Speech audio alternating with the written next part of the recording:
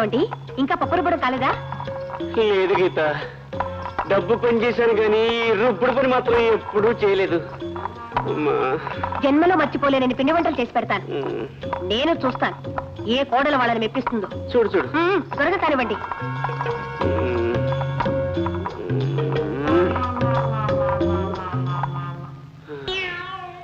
అమ్మా, అబ్బా, జీవితంలో ఎప్పుడూ పప్పు రుబ్బలేదు.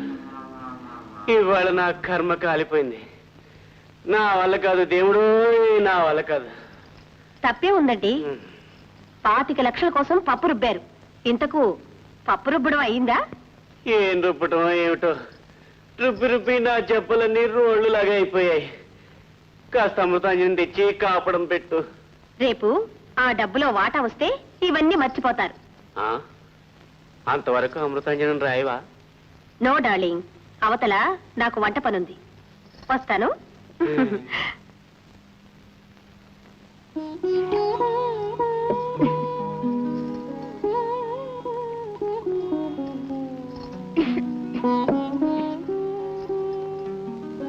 అత్తగారు, మీ చీరలు త్వరగా ఇచ్చేయండి, ఉతికి ఆరేస్తాను. నీకెందుకులేమ్మా శ్రమ. మీరు కాదనకండి అత్తగారు, ఈ రోజు మీ బట్టలన్నీ నేనే ఉతికి ఆరేయాలి. రండి. ఆగవమ్మా, ఆ పని నీ లిస్ట్ లో లేదు. నీ లిస్ట్ లో ఉండేవి మహా. అసలు నువ్వు ఎప్పుడైనా బట్టలు ఉతికావా? నువ్వు మహా ఉతికినట్టు. శాంతి శాంతి. చూడండి వదిన గారు, శాంతియుత సహజీవనంలోనే సంసార సౌఖ్యం ఉంది. అవునా రేఖ? What's your problem? ఏమిటి మీ సమస్య? ఇంట్లో బట్టలు ఉతికే పని ఎవరిదో మీరు చెప్పలేదు. ఓహో, ఐఎమ్ సారీ వదిన గారు, మీ సేవా తత్పరత ఇంత త్వరలో ఇంత లెవెల్ వృద్ధి చెందుతుందని ఊహించలేకపోయాను. ఒక పని చేయండి, 50-50 సగం సగం. నీళ్లు పోయండి, అలా చూస్తారండి. త్వరగా పోయండి ముందు.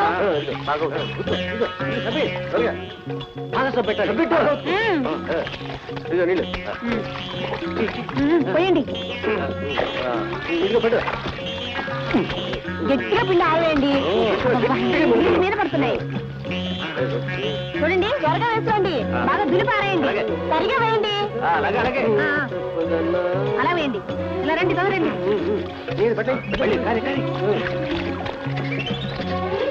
వదలు, ముందు నా బట్టలు రేఖా బట్టలు ఉతకండి. మీ ఇద్దరు మ్యాట్నేకి వెళ్ళాలి. అలాగే అలాగే.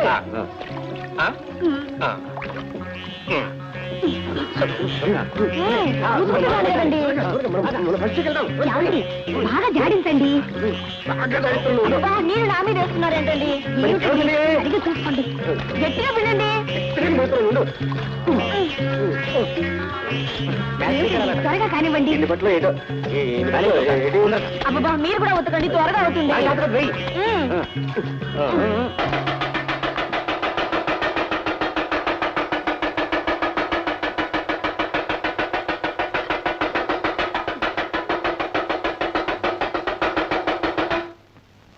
ఈ ఇంటి వాస్తవ్యులైన అమ్మగారికి, నాన్నగారికి, అన్నగారులకు, వదినగారులకు ఇందు మూలముగా తెలియజేయడమేమనగా, మరో 2 గంటల సమయంలో ఈ ఇంట్లోకి ధనలక్ష్మి ప్రవేశం.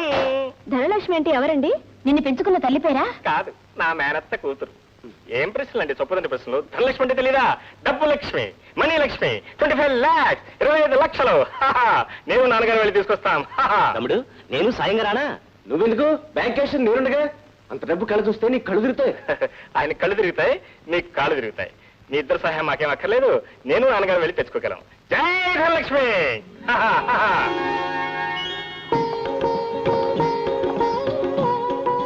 ఆగండి, ఒక్కసారి పెట్టి తెరిచి ఆ డబ్బు చూపించండి.